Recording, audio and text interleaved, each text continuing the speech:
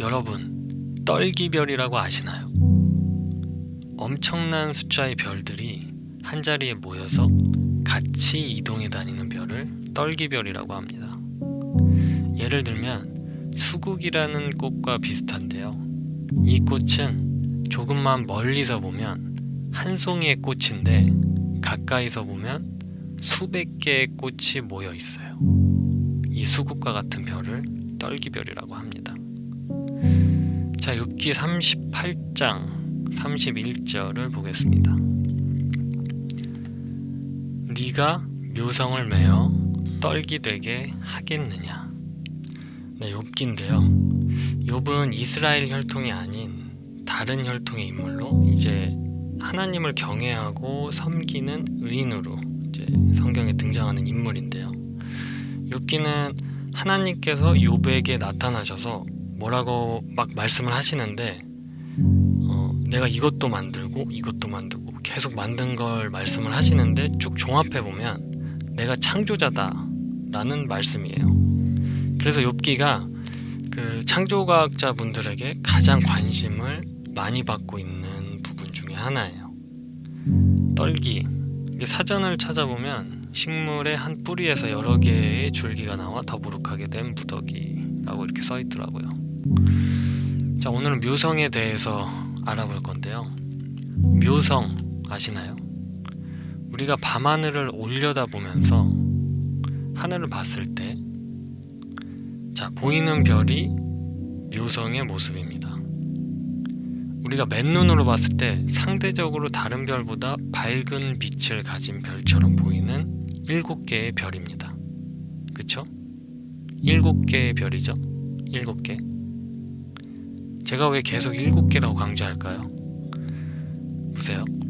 인간이 인간의 눈으로 이 지구에서 아무리 눈이 좋은 사람이 봐도 이건 7개의 별로 보이기 때문이에요. 그래서 예전에 성경을 반박하는 사람들은 이렇게 얘기를 했었어요.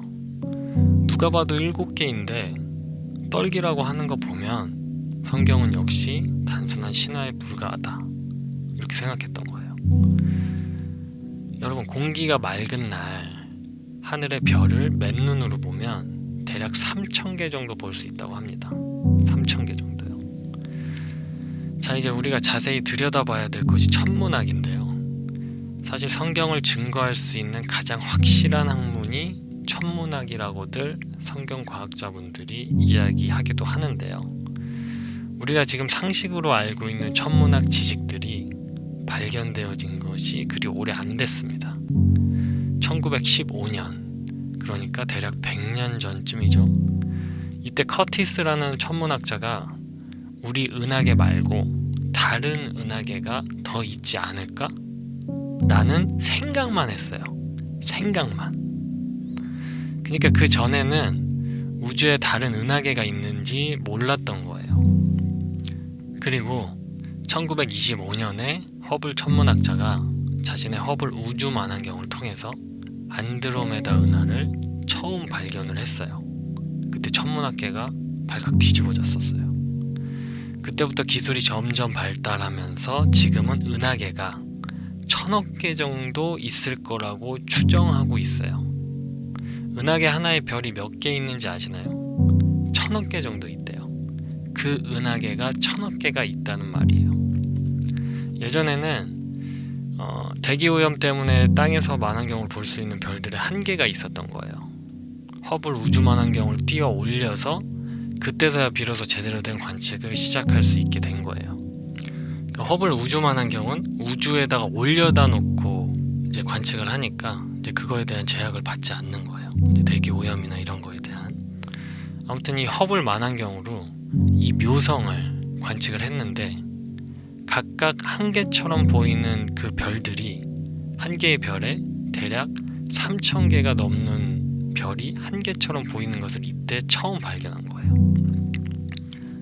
여러분, 놀랍지 않습니까?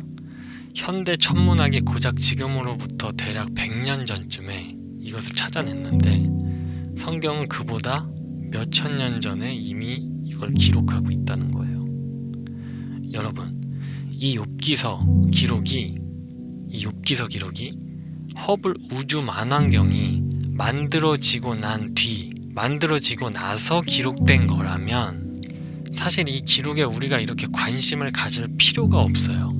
왜냐면 이미 세상 사람들이 다 알고 있는 이 시대에 이걸 누군가가 상식 수준으로 기록했다고 생각하면 그만이잖아요.